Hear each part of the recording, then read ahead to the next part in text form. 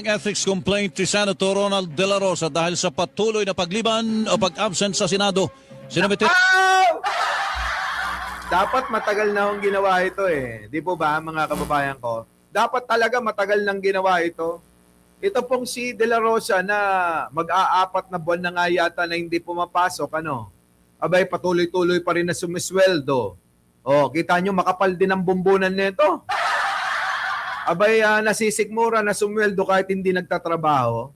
Saan kayo nakakita ng ganun? Last year pa yan, pachuchay, Si Daniel Fernando, hala, totoo ba, Mary Jo? Mary Jo, totoo ba? Mayabang talaga yung si Daniel ano ba pangalan nun? Daniel Fernando, yung gobernador ng Bulacan. Dito na tayo. Senator De La Rosa, sinampahan na ng ethics complaint sa Senado. Pasok. Sinampahan ng ethics complaint si Senator Ronald De La Rosa dahil sa patuloy na pagliban o pag-absent sa Senado. Sinumitin ng grupong Huwag Kang Kukurap ang naturang reklamo sa tanggapan ni Senator J.V. Hercito na siya ang chairman ng Senate Committee on Ethics and Privileges. Anila hindi na nagagawa ni De La Rosa ang kanyang trabaho dahil ilang buwan na itong hindi pumapasok na malinaw na pang-abuso umano sa kapangyarihan at pribilehiyong iginawad ng taong bayan. Oo nga, Brenda Borton! Si Brenda Borton, hindi nagla-like, Tapos, akala replay, Di ba, mga kababayan ko? Totoo naman mga kababayan, kapal ng mukha nito, Di ba nga, nung kahapon yata yun, nabalita nga natin ito na ipinost ng kanyang asawa, tapos mga kababayan ko, nakaluhod, nagdadasal na. Tapos mga kababayan ko, ang nangyari, imbis na matuwa, ang taong bayan, nabwisit pa sa kanya. At kasunod nga niyan, mga kababayan, na tila ba lahat na ng santo tinatawag ni Bato? Dahil alam nyo naman, nasangkot talaga ito, diyan po sa mga pinaghahanap ng ICC para panagutin sa crimes against humanity. Apo, yan po mga kababayan ko, Nako! Bato! Yabang-yabang nyo nun Hindi man ito patas para sa mga regular na manggagawa na no work, no pay. Totoo yan. Huwag ho tayong papayag, mga kababayan ko. Huwag ho tayong papayag na si Bato, sumisweldo ng hindi nagtatrabaho. Samantalang ho tayo, mga kababayan ko, kahit mga taong gobyerno, kahit man nasa pinakamababang trabaho sa gobyerno, mga kababayan ko no work, no pay. Tapos si Bato, hayaan lang na ganito. At ako, mga kababayan, talagang sang-ayon ako rito, Sampaan na, ng ethics complaints, itong si Bato de la Rosa.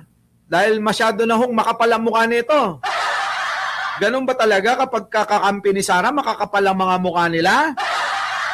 Utik na yan, lagot ka Bato, sunod ka na sa oblo. Dahil dito, hiniling ng grupo na wag nang pasahurin si De La Rosa at suspendin ang operasyon ng kanyang opisina. Tama, mga kababayan, suspindihin na. Tanggalin nyo na yan bilang senador, hayop yan Dapat yan talaga tinatanggal na. Di ba, mga kababayan ko, ewan ko, eto naman si Tito Soto Tito Soto, mahal ka namin pero bakit ganito? Sinabi naman ni Senator Ejercito na ipipila nila ang reklamo sa 5 naunang ethics complaint laban sa iba pang mga senador. Unahin nyo na yan! Utik na yan, pipila pa pala, imbis na mauna na, dapat i-priority nyo yung hindi nyo nakikita. Ihuli nyo na lang yung mga tao na nirereklamo na naadyan naman sa tabi nyo. Biruin ninyo mga kababayan, ipipila pang 5 pa. Pwede naman kasi mga kababayan, di ba? I-priority kasi hindi na nakikita.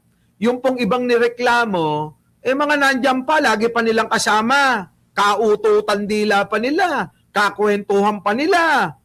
Tapos iuhuli pa yan. Alam nyo mga kababayan ko, iba talaga ang tinititigan sa tinitignan. Di ba? Maswerte ka Bato. Maswerte ka. Pinag-aaralan na rin ni Senate President Vicente Sotto III ang naturang reklamo. Nako, ayan na. Dapat noon nyo pa ginawa yan eh. Di ba? Dapat noon pa ginawa yan. Sabi ni Joey Salvadoro. Now na. Grabe na yan, oh.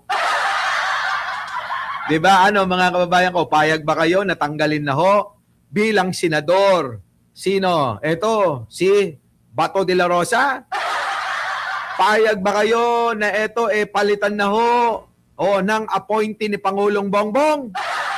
Kung maaari lang naman, kung maaari lang. Kasi hindi naman na siya nagpa-function. Baka pwede naman ang Pangulo na mamili ng kapalit netong si Calvo. Pwede namang ipalit si Atty. Claire Castro. O kaya ipalit nyo si Larry Gadon. Hindi ba pwede yun? Hindi ba pwede? Sabi ni Bambina, bagal-bagal yarn. Payag na payag. Sa mga payag na matanggal na tong kalbo na senador na ito, paki-press 1. Sabi ni Jenny Ramos, si Ben Har na lang. Sabi ni Corazon Taiko, naku, ikaw na lang. Pag ako naging senador, mga kababayan ko, alam nyo, sigurado ubos yung mga kasama ko. Kapag kami isusuhol sa akin, ibubunyag ko. Kapag kami nag-aabot sa akin ng mali-maleta, sasabihin ko agad sa media. Sabihin ko, eto hong mga maleta-maletang ito ay binibigay ni Saldico at ni Martin Romualdez.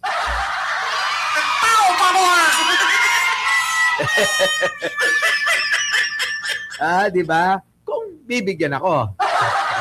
Di ba? Kung hindi, mga kababayan ko, paano yun? Paano yun?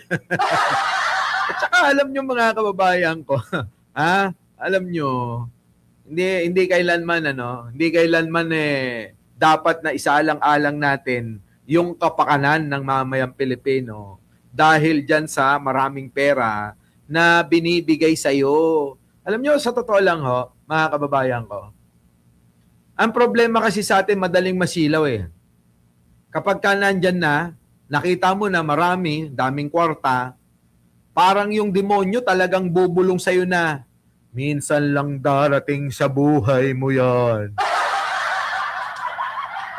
Tanggapin mo na yan.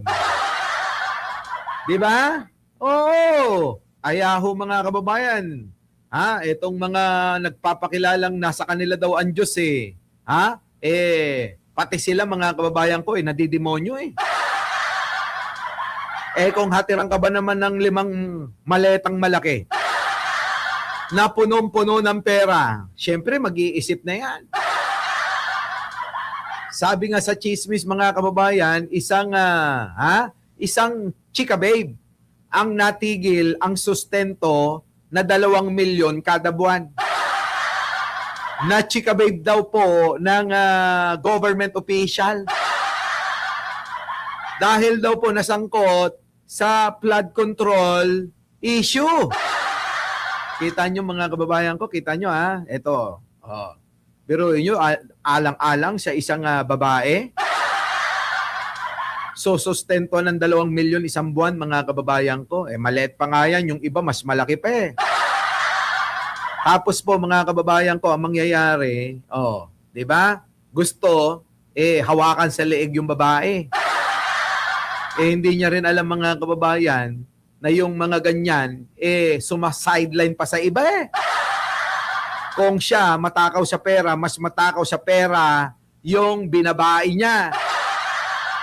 Hindi niya yata alam mga kababayan ko, kung matakaw sa pera siya, ay mas halimaw sa pera tong babae niya. Kaya nga binenta yung kanyang pekpek Kasi wala nang pakialam yun sa puri. Ang mahalaga na sa kanya yung pera Di ba mga kababayan ko? Kung kailangan niya ng bengbang dahil matanda na yung government official, pupunta lang ng diskuhan. Sa diskuhan mga kababayan, maraming poging katulad ko dyan.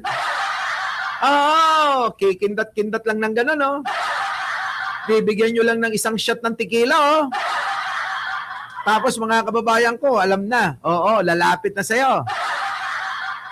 Oh. Tapos mamaya, tatanungin na.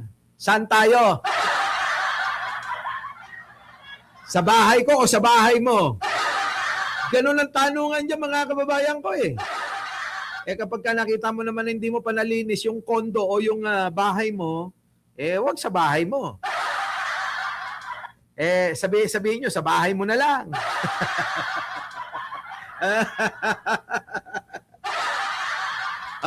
Wala yun mga kababayan, libre-libre lang. Samantalang yung government official na matanda, mga kababayan ko, gumagastos ng 2 milyon kada buwan siya. Samantalang yung mga katulad kong nasa party, mga kababayan ko, libre yan mga kababayan. Libre, only.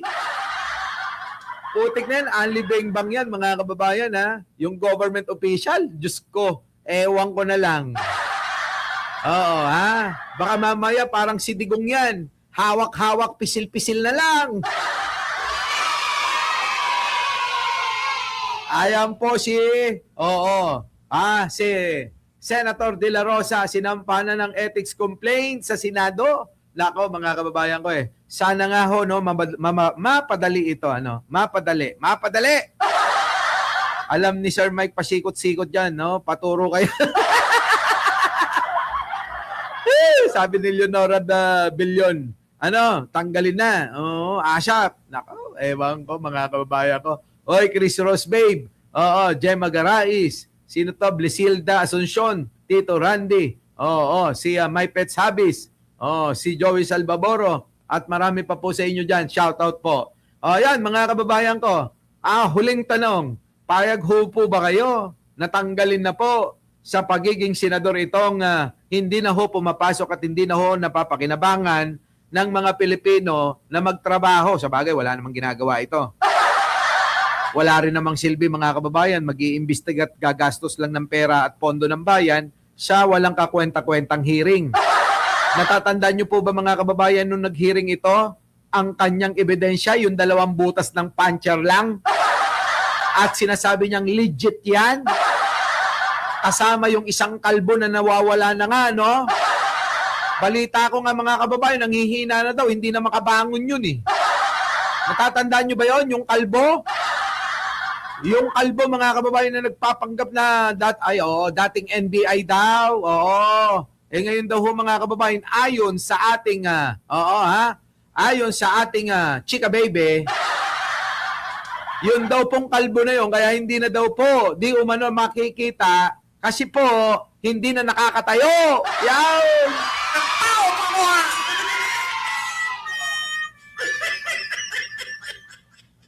Grabe, Grabe.